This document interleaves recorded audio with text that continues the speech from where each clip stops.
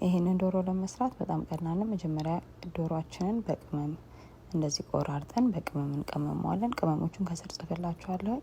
ከዛን እንጠብሰውና እናውጣዋለን። በተመሳሳይ መጥበሻ ላይ መሽሩም እንዲሁም ደግሞ ነጭ ሽንኩርት አድርገን ትንሽ እናቁላለዋለን። እሱን ከዛ ትንጥዬ ቶሜቶ ፔስት እናደርግበታለን፣ የቶማቶ ድል።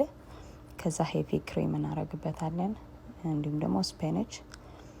ከዛን ፓርሜዛን ቺዝ አድርጌበታለሁ ከላይ። ከዛ በኋላ ዶሮአችንን መልሰን የጠበስነውን እናደርግበትና ሲመር እናደርገዋለን። እሳታችንን ቀንሰን እናስቀምጠዋለን።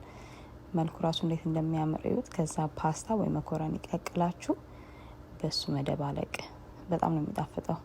በጣም ቀላል አሰራር ነው። ከስር የተጠቀምኩባቸውን ነገሮች በሙሉ ጽፍላችኋለሁ። የምትጾሙ ሰዎች ጾም ሲፈታ ሰርታችሁ ሞክሩት፣ ትወዱታላችሁ። ያ